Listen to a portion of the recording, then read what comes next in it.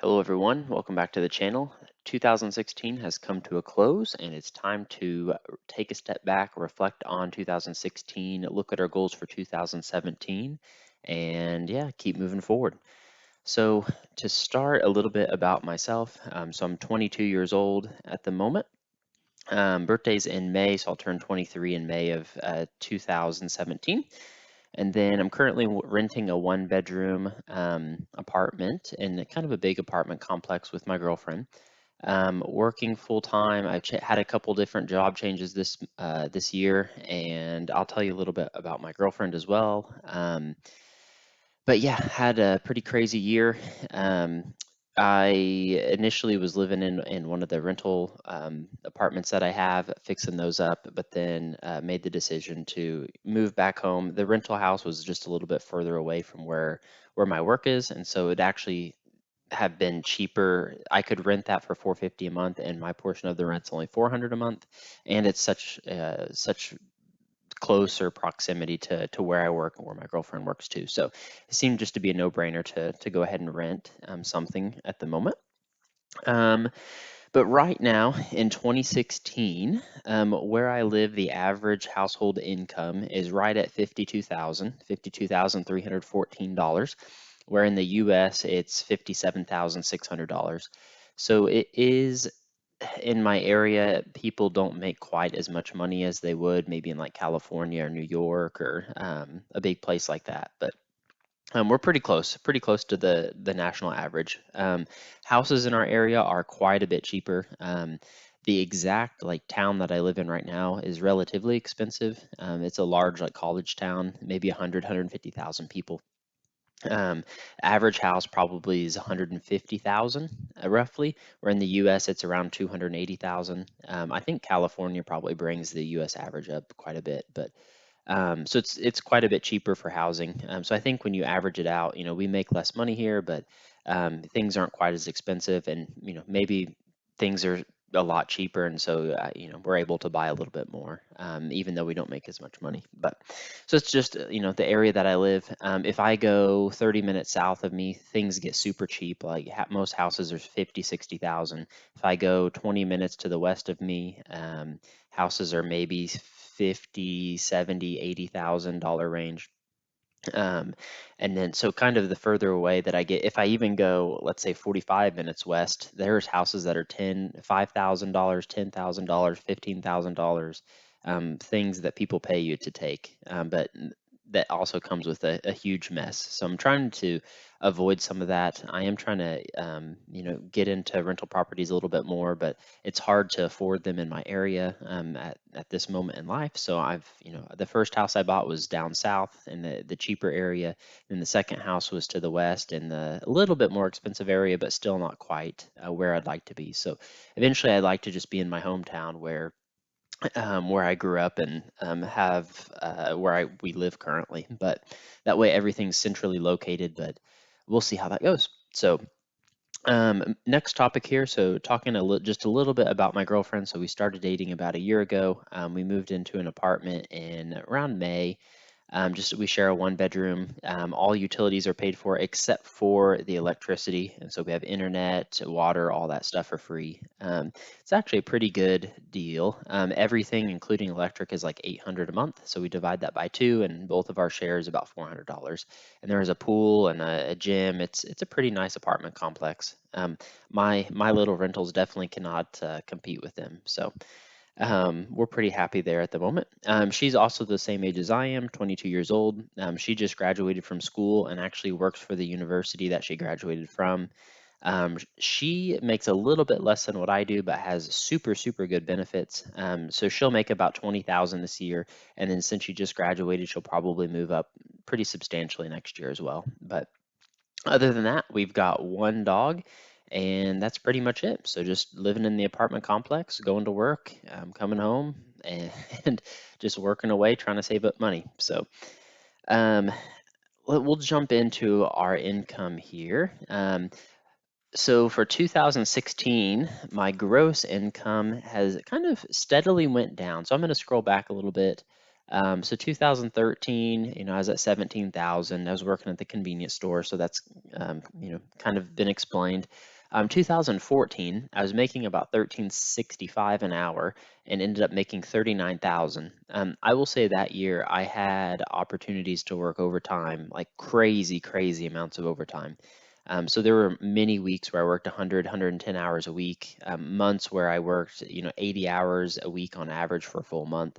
And so I was able just to rack up overtime, insane amounts. So 2015 I actually went down just a little bit. I still worked a lot of overtime. I moved up to $15 an hour, but just didn't quite work as much overtime as I had the previous year. The pharma company that I was working for just didn't allow the overtime. So took what I could, but I also, bought the house number two here in October of 2015 and started having some rental income coming in. So if you add in the rental income, that would be 38,600. So I'd be just almost the exact same as what I made in 2014, just having different income sources. 2016 even had a further reduction in my, I'll say W-2 income, or my, income that I make from my employer. I made 36,000 this year. I had a couple job changes. So for these months here through June, I worked at the same pharmaceutical company I did in 2014 and 15. My plan there, I finished my engineering degree, and so I figured I could just get a new job in either engineering or facilities maintenance. Um, so that was kind of my plan. That plan did not not go very well. So my first plan was to just move up in my current role. And in a previous video, I explained all of the levels, and if I got qualified on machines, then I could move up in level. Well, I was the third person in the whole company to get qualified on all 10 of the filling machines that we have, and they moved me from a level 3 to a level 4 when I should have been a level 8. So I was making about $7 an hour less than what I was qualified to. I talked to my supervisor. My supervisor felt like I should be making, 20, $22 an hour instead of 15. He talked to the director of operations, who is not a very friendly person. So the director of operations talked to me and basically told me that I'm just some kid, and I'll get whatever he gives me. And so he just did not want to move me up. I think this was never said, but I think they have a budget to stick to, but they never, they don't move people up. It's kind of like if you're friends with, so and so, and if so and so's worked here for 20 years, then even if you're not qualified on the machine, then you still move up to a level 8. So I've seen some of that where someone will spend a day on a machine and get qualified on it when it actually should take like a month or two, of running it by yourself. And so it's just a lot of politics and stuff, which it's just part of it. So at the time, I was 21, just turning 22 years old. So, um, but yeah, so that was plan one for the pharma job. Plan two is to become a team lead, which I had just finished my engineering degree. I applied to be a team leader on second shift. Um, it was just me and one other lady that applied to it. Interviewed extremely well. The one of three people in the whole company that had all 10 machine qualifications. This lady had maybe 4 or 5 machine qualifications. So I was way overqualified compared to her. I had an engineering degree, which she did not. I interviewed super well. I had two of the supervisors tell me after the interview that that was the best interview they had ever seen. And between us, I had all the answers to the interviews anyway before I had started the interview. So I knew the questions that they were going to ask ahead of time. So they told me that I did not get the position. They said I would, quote, need to marinate in my current position for maybe 8 to 10 more years, and I was just too young. 22 is just too young to be a team leader. Um, so I asked my supervisor what I could do. He said if I could go to school and get some kind of engineering degree, that would be really beneficial. And so I showed him my resume, and uh, this was a different supervisor that was hiring the position. So not my supervisor, but I showed him my resume, and I showed him I have a degree in engineering right here, and he said, "Oh, really? I didn't know that." So yeah, it just wasn't. Yeah, he had somebody in mind. The lady that got it was, we'll say, very good friends with the supervisor. And I'll let you read between the lines there. So yeah, I struck out on my second plan. Plan number three.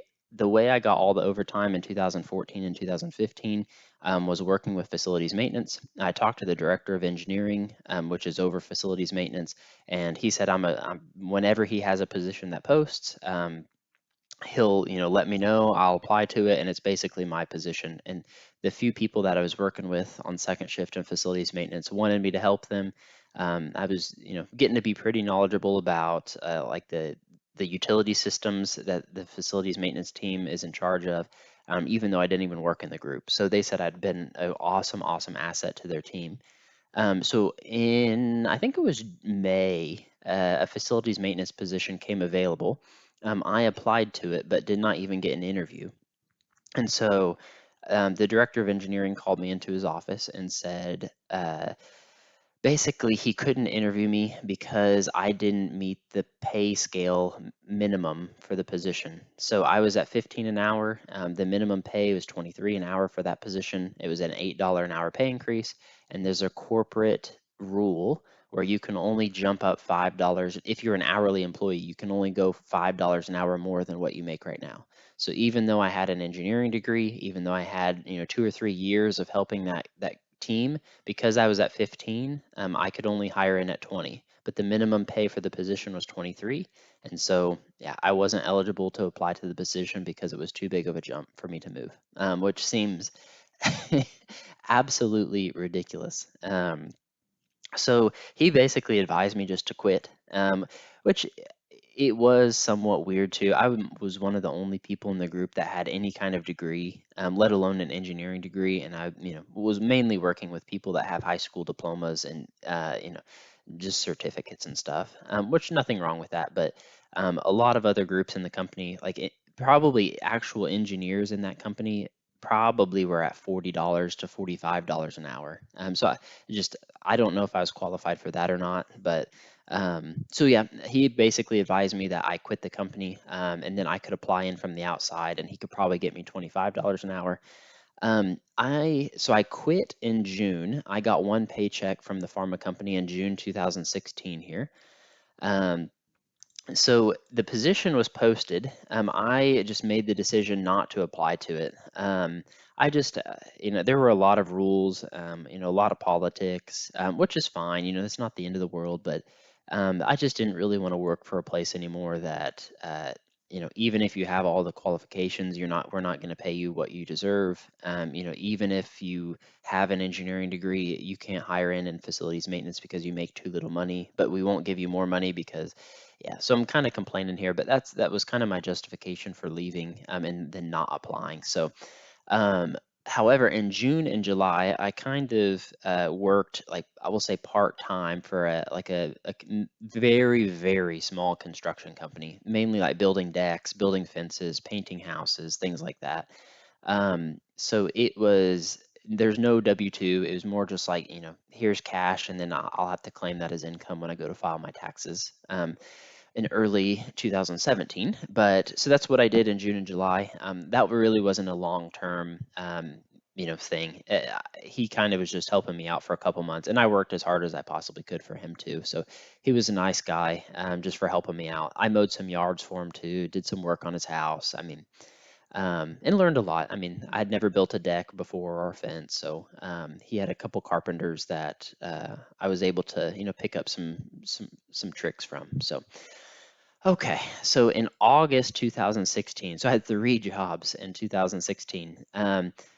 I was applying to just every position out there in my local area. I just wanted to find something that was relatively similar, maybe 40,000. I did apply to some engineering positions, but I just, I have engineering experience in pharmaceuticals, but not in, construction or design or anything like that. So didn't have any takers on any of my engineering applications, but there was a kind of like a family-run beer wholesale company. So, they work with like Bud Light, Budweiser, Anheuser-Busch, Miller Coors, and a lot of like local brands and some national brands like Sierra Nevada.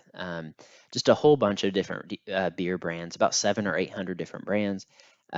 Basically, they sell beer to like grocery stores, Walmart, Sam's Clubs, Costco's, small liquor stores, on premise, bars, places like that. So essentially, I was accepted to a sales representative position. And so the main area that I live in, it's a pretty big town. So they divided it up into like three different sections, and then they have a couple other counties that they support. But so I took the west side of that town, and yeah, so I have maybe 70 or so accounts right now. It's the job itself is actually pretty fun. I maybe visit 15 to 20 different stores a day. I may walk into. I actually have a Walmart. I'll walk into a Walmart store. Take inventory in the back room. How many Bud Light and Miller Coors and Sierra Nevada stuff do we have on hand in the back? How many do we sell typically in the store? How many do we have on the shelf? How many days of inventory do we have? So a lot of math, which I like that. That part's fun, and you're out, visiting different places. You're out and about. The day goes by super fast. You're talking with people. You do have to stock shelves a little bit. Move beer from the back room to the shelf. Make sure your shelves are fully stocked, and it's pretty competitive too. There's a lot of like smaller beer companies that have shelf space, and you have to kind of compete with them and build displays. You always one up their displays and stuff like that. So it's pretty fun. I actually enjoy the job significantly more than the pharma job that I did earlier in 2016. But um, advancement opportunities for the beer wholesale company, pretty much non-existent, if I'm being honest. It's a family-run company. So there's really, I mean, I don't know. There's two kind of supervisors and then the owner. The two supervisors have been there for like 25, 30 years. There's a guy that's been there for 40 years. Um, so there's really not super great advancement opportunity. But for the time being, I'm just having fun. It's a pretty good paying job. On the topic of pay too, I don't really know what my pay is, which is a weird thing. I have some kind of like base pay, which it's paid weekly, and it's sometimes it's like $380 take home pay. Sometimes it's like $430 take home pay. I honestly, I don't know how they calculate it. But so you have some portion of your pay that is just your base pay, and then based on how much that you sell and how good that you've done compared to last year on all your accounts, then you get like a sales bonus. And so let's say just a hypothetical situation, like let's say I sold 10,000 kegs of beer last year, and then this year I sell 100,000. That wouldn't necessarily mean I'd make $500,000. I'd probably make like, you know, $400. Like, so there's not super crazy incentive to like sell an insane amount. Like you don't get like a dollar per case or a dollar per keg or anything like that. I think it's basically the owner's discretion of what he wants to give you, which is usually a few $100s. So some months, like if we have a pretty good quarter, we might get a quarterly bonus.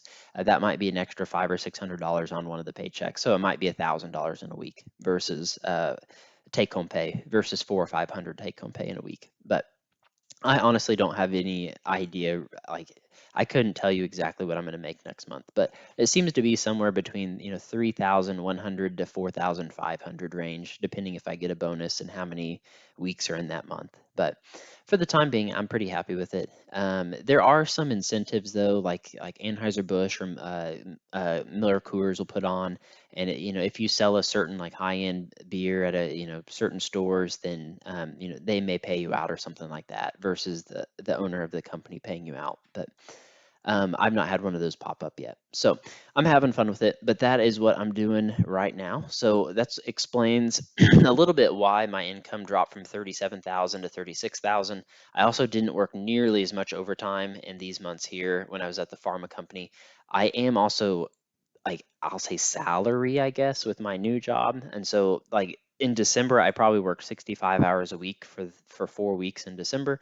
I just made my same pay. Like, yeah, you're not hourly, you're not clocking in, and so sometimes you got to get up at 4 or 5 to stock a Sam's Club or a Costco before they open, and then sometimes you have to stay till 6 or 7 or support an event on over the weekend, and you don't get paid for it. But the job itself is fun though, so I'm pretty content for the time being. I'll keep looking around for positions, but not doing too bad at the moment. So yeah, gross income basically dropped down to 36,000. I can't do 401k with the new job either, so I'll have to wait till I'm there for a full year. But then if I add in the rental income, that is the difference between this year and last year. So if you add that in, I actually made 47,000, which is 10,000 more than last year. And obviously, I had to pay my mortgage, and there were some repairs and stuff I had to make, and I also didn't collect rent on a lot of these months. So with that one guy, that's well, I'll tell that story here in a little bit. But so yeah, a lot of this is more passive income, I'll say, versus active income. This 11,000 that I made in rental income, I did have to do some work in the front end and remodel the units for people to live in. But then now that they're living there, like two of them just pay $500 every month, month in, month out. It's just very, very steady coming in. Where my W-2 income is like I have to work 65 hours a week. Like if you do the math, um, if I work 65 hours a week for 4 weeks, that's 130 times 2, 260 hours that I work to make $3,118. So I'm going to do the quick math real quick, divided by 260 hours. So I was making $11.99 an hour. And so if I work passively, and let's say I worked probably 20 hours this month on them, which I think is probably an exaggeration, but I made $72.50 an hour, which I probably maybe spent 5 to 10 hours this month working on those. So not quite fully passive, but my time is a lot more valuable, I guess, doing the rental properties than this. But I also don't have enough time to, do rental properties 40 hours a week and then, be able to pay for everything. So I still have to work my day job, but this is it's way better, way less work for way more money coming in. It's passive, so it's great. Um, the only other thing to explain on the income side, I'm sorry that this is going to be a long update here, but I sold house number one in June of 2016. I bought that, I think it was in 2015. I had it about a year. I bought it for 8,200. Had some closing costs, so maybe spent 10,000 to actually purchase with all closing costs. And then I put maybe $5,000, $6,000 into it. So I had 15,000 in, and then I sold it for a little over 30. It's about 32,000 is what I sold it for, and then I had to pay realtor fees. So I got a check in June for $29,374. Um, that was also, I mean, I don't know, when you factor that in too, if I could do 2 or 3 of those a year, that would basically beat out my active income that I'm making at my employer right now. So this was honestly really great learning experience this year. Like, it's fine to be working for other people, but you're kind of limited. In my current situation, I'm extremely limited. Like if I don't know if I can make 45,000 a year. That may be physically impossible for me, even if I work 100 hours a week. Where I can spend 2 or 3 months fixing up a house and make $15,000 in a few months, depending how long it takes to sell, of course. And but I am taking the risk versus the employer taking the risk. But between the rental income and then kind of flipping the first house, it was, I mean, yeah, we made $40,000 just doing those two things this year versus 36,000 and working actively. So I would really, really like to do this full time. I actually, just a side story here, I actually had an opportunity to purchase 10 apartments for $200,000. Um, they were, yeah, 10 apartments.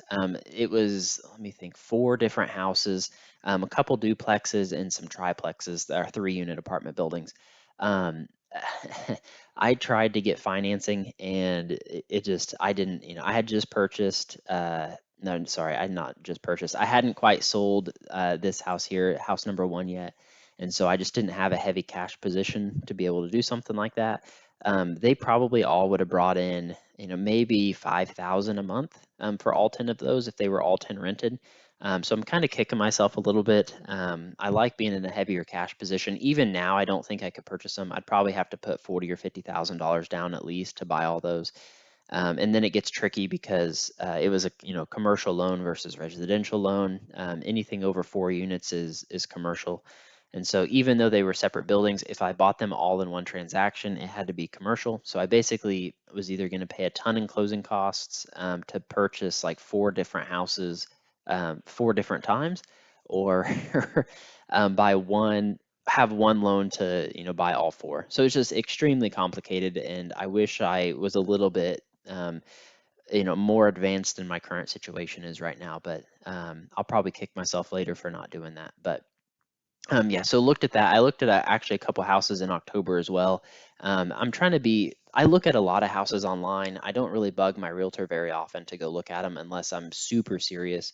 And where I'm at with my current plan, I really have to find stuff that are, if I know the house is worth 100, I have to pay 60 or 70. I have to get a 30% discount. I can't afford to, buy something for 100 and then I put 10 or 20,000 into it and I can't sell it, or it's still only worth 100. So I'm trying to find stuff that are just absolutely no brainers, like, sometimes pretty hidden deals out there. So, yeah, but that's pretty much income for 2016. Even though the gross number is a little bit smaller, there is some other income that I made this year as well. So, um, something interesting I'm kind of keeping an eye on, and kind of an unofficial goal. I talked about this in 2015 some.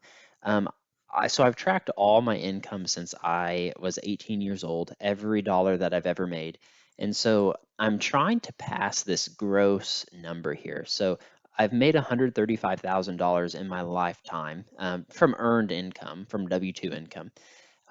So I'm trying to get my net worth to pass 135, and so that's kind of like my final goal. My other goal was to have a net worth that was over this take-home pay number. So I've taken home 103,000, and so my net worth right now is 113,000. So I'm about $10,000 over that number here. So that was, kind of just a fun goal to, have your net worth be more than the take-home pay that you've made in your entire lifetime. And then it'd be really cool to have my net worth be larger than my gross income. And the fun part about it is every month that I make money, the goal moves a little bit forward. So if I make $4,000 next month, the gross income would be 139,000. And so I think it's not going to happen until way later in life when I get a lot more in investments here, and then the compounding effect really starts to go into play. And so I think then I'll, probably start to pass this gross number. But it's just kind of fun to watch this for the meantime. So just, little games that I play with myself. But okay, so jumping into the net worth statement here. So we started out the year in January here. Net worth was 88,000. Had house number one, had house number two. We talked about those. I was contributing to the 401k up until about June. So I put about $4,000 into that this year. As soon as I'm able to contribute to the 401k with my new job, I will definitely, throw money in there. Their match is exactly the same as well. It's like 2 or 2.5% with the new company. So I just have to be there 12 months before I can, start that. But the only other thing to really talk about here, big updates. So obviously I gained, what did I gain? So I went from 88,000 up to 113,000. So I gained 25,000 this year. Wasn't really the greatest year. I had some setbacks, but nothing major. I had some setbacks with my job. I do have an engineering degree. I should probably be making 25 to maybe 50,000 to 60,000 a year. Would be, I would say, a fair number eh, for annual income. So I'm definitely under that right now. So that's an area that I need to improve on. The second thing that happened was the vehicle situation. So I honestly don't even really want to talk about it. The vehicles are very frustrating for me. So the first car that I had, I leased a 2013 Volkswagen Jetta for 3 years. That lease was up in May. And so for a couple months, I, had my girlfriend drive me or had family drive me places. So I eventually found a truck that was it was a 1999 Dodge Ram with about 95,000 miles on it when I bought it.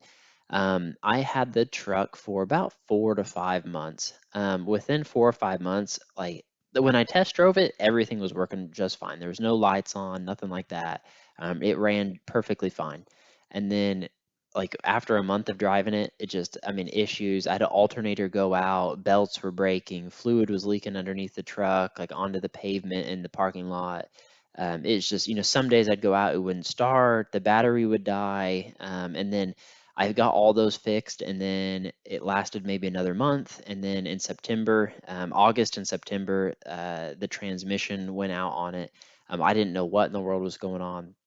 And so I got quotes for the best I could find was like $3,500 to $4,000 to get the transmission replaced. So, yeah, I just made the executive decision. I was walking to work I had just gotten a new job. Luckily, the job was like 5 minutes away, but not the most convenient 5 minute walk, I'll say. It's not really like on a sidewalk or anything. So I was maybe trespassing a little bit to get there. But so I just made the executive decision. I'm just going to get rid of the 1999 Dodge Ram. I'm just going to buy something new. I need a truck, to do remodels and stuff like that, move 2x4s and things like that. So I bought a 2015 Chevy Silverado, and it's just a white pickup truck. It was I bought it for 40,000. It was originally like over $50,000 list price, but it had like Crown Royal decal stickers on it, and I thought they were like adhered to the truck, and they were actually just like magnet stickers that were on the outside. And so I peeled the Crown Royal stickers off of there, and nobody had bought it for over a year. So it was a 1 year old model with about 2,000 miles on it, but had never sold. And the owner of the car dealership was driving it home and stuff with stickers on. So they gave it to me with huge, huge discount. So I probably have, some, I don't, e- I don't know. I probably have some equity here in this truck. It's probably not worth 35,000, especially it has like 2,500 miles on it right now, and it's a year old. It's probably like more 42, but just to be conservative with my net worth here, I have it at 35,000. I did get a loan on it. I put about half down, $20,000 down. I got 5,000 for the 1999, and then I put $15,000 down to purchase the truck. So I have a loan right now for 19,527. Um, but I do have a reliable vehicle, so I am happy about that. But yeah, that was just it was a frustrating point for this year. I'll make sure, I have no concerns about making the payment or anything like that. I could actually just pay it off completely if I wanted to right now, but it doesn't really align. I thought about doing that, but it just doesn't really align with, my future plans. So for April and May of 2017, I need to purchase a house because our lease is going to be up. And so probably a house is going to cost around 200,000 for a decent house to live in. I'll try to find something that's a good size and has good bones, but just cosmetically distressed. And then I'll move into that, and then kind of do the same thing. Live there for a year, paint, new floors, redo the kitchen some, and then yeah, just move on to the next one. But I can't buy that house if I don't have a strong cash position. And if I pay off the truck, then I'll get rid of all my cash, and I won't be able to buy the house, and then I'll have to rent for another year. So, and that will probably hurt my net worth more than if I just paid the truck off. So that kind of yeah, is my current game plan. But the only other thing I struggled with in 2016, I thought I'd be smart. I had some extra time, especially in the summer. So I did some mowing jobs for my first boss that I worked for back in 2012 and 2013. He has quite a few rental properties in the area, and his properties are actually right there next to house number two. And so I drove by one day and noticed, he had a literal hay field growing, and like I had stopped and talked to one of the tenants, and um, she was concerned about her kids like walking through the yard because it was so tall. I mean, it was literally probably between knee high and waist high. So yeah, I reached out to him and asked if he wanted me to mow them. And we decided that he'd pay me $400 every 2 weeks to get them mowed, or if basically $400 each time that I mowed them. And we agreed I'd mow them every 2 weeks unless it was absolutely crazy. Um, he paid me for maybe 2 months, maybe June and July. And then August, September, October, he did not pay me at all. So he still owes me, I don't even know, 2,400-ish dollars, something like that. Um, at this point, I think he's basically said that he's not going to pay me. I think I don't know. I won't pretend to know why. To me, it was a simple deal. I'm doing him a favor, a service. We agreed upon a price.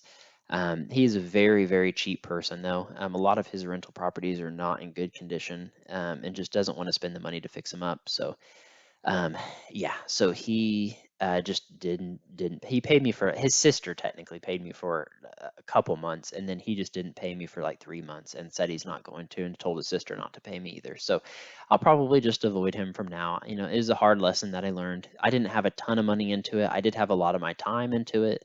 It takes about 12 hours to mow all of those. Each one's about a quarter acre. It takes me about half an hour to mow a quarter acre, and then weed eat and everything. So I lost a lot of my time, but I'm trying to look on the positive side. Maybe it's just a hard life lesson that I learned. Maybe if I do something like that in the future, I'll have to get my money up front or do half and half or something like that. So yeah, the last thing to note here is just the checkings. So I had a pretty big influx of cash come in, yeah, between May and June here. Basically, I sold house number one. All that cash that came in, I just put it in checkings account, and then the rental checkings account has just slowly trickled up about $1,000 a month. I did have a couple repairs, like an air conditioner I had to buy, and then a furnace that I had to buy too. So I had a few repairs, which it just, goes with the game. If you have a 3-unit house, you've got 3 furnaces, 3 air conditioners, 3 hot water heaters, a roof. I mean, there's just 3 refrigerators. I mean, 3 dishwashers. There's so much stuff that the owner of the house is liable for that, maybe if people don't normally think about, like when you own a house, it seems like it's just rent coming in every month. But the more houses that you own, the more liability that you have, the more probability that plumbing's going to break, that fridges and dishwashers are going to break, and you just have to make sure you have enough cash to kind of weather those. And it's actually a little bit nerve wracking. If I had 2 furnaces break right now, technically $1,500 of this is deposit. So I technically only have 4,500. So if I had another furnace break and something else go wrong, I would have to pull money from my checkings account. And so if I didn't have money in checkings, then I would basically have tenants that have no heat in the winter, or don't have air conditioning in the summer, or don't even have a fridge to put their food in. And so I have to be cognizant and, remember that it's not just me, caring about myself. I do have 3 other families that are somewhat relying on me to do the right thing, and when things break, which they inevitably will, I am responsible to fix them. And so if I can just keep doing that, a lot of people, like, if you just do the bare minimum, they want to stay in your house. And so, if you can just fix the things, like, you're doing better than half the other landlords. The first boss that I worked for, he'd let a furnace go out, and then the people just would have to plug in a space heater and try to stay warm all winter, and then just not care. And then, they would leave and they'd trash the house, and then he'd spend more money trying to fix the house up for how bad they trashed it, and all the eviction costs, that he would have been better off just fixing the furnace. So, I'm trying to do things a little bit differently there. When things break, I fix them. I try not to stress too much about it, but just have to remember to keep a decently strong cash position in case something does break. But yeah, December 2016, 2016 in general, I finished off the year $113,939. I think going forward, I'd like to, I think it's a stretch goal to probably hit 200,000 by the end of 2017, with the income that I make.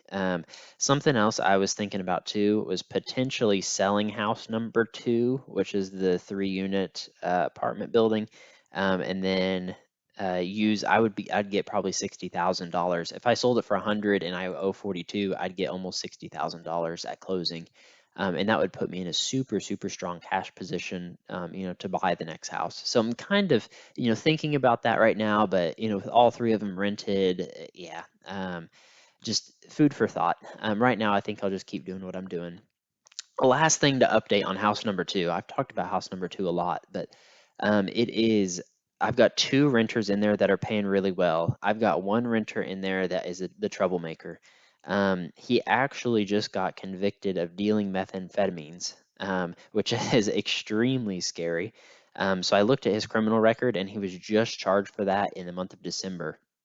And so if I use my logical thinking, dealing methamphetamines, he's living in my house. And so I actually just finished doing a walkthrough of the house, and I told him, hey, I mean, he has an ankle bracelet on at the moment, so he is, confined to the house. He can't leave. Um, I turned the whole entire house over. I know every nook and cranny of that apartment. I did not find anything. I mean, a couple cigarette packets, but I did not see any methamphetamine. I didn't see any like weed or anything like that that was, suspicious.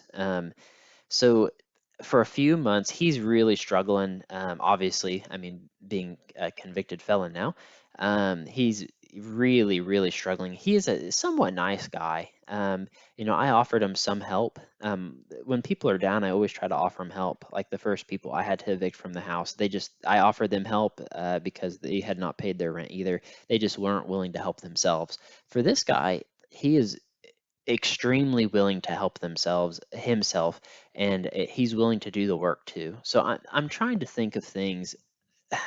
I don't want to just kick him out on the street. He's probably added probably $10,000 of value to the house. He retuck pointed, painted, and redid the whole entire front porch, and then I paid for the material. And he does actually really good, really, really good work. So I may try to find if there's other things that I can have him do. Maybe he can work on his apartment some. I'm just not quite sure. So there has to be a win-win scenario for this, but I don't have the solution quite yet today. So um, I will keep checking up on him though, and every couple months I'll do a random check in and make sure that he's not doing anything crazy out of the house. But I mean, I also don't want him to be a negative influence on the other two people that live in the house as well. They're divided, like they obviously can't see each other, but they are living under the same roof, just completely separate under the same roof. So but yeah, that's everything. That's everything about house number two. So that's really everything for 2016. I already talked about the goals going forward for 2017. We got to look for a new house. Got to keep saving cash for the next few months until we get to April or May. So yep, that is really it for 2016. So what a long video. If you were still with me here, thank you for watching this whole entire video. I know I rambled on probably way too much, but nevertheless, be sure to like, comment, subscribe. If any of you have any questions or things you'd like to see me include in future videos, just comment them down below. Thanks everyone for watching, and we'll see you in 2017.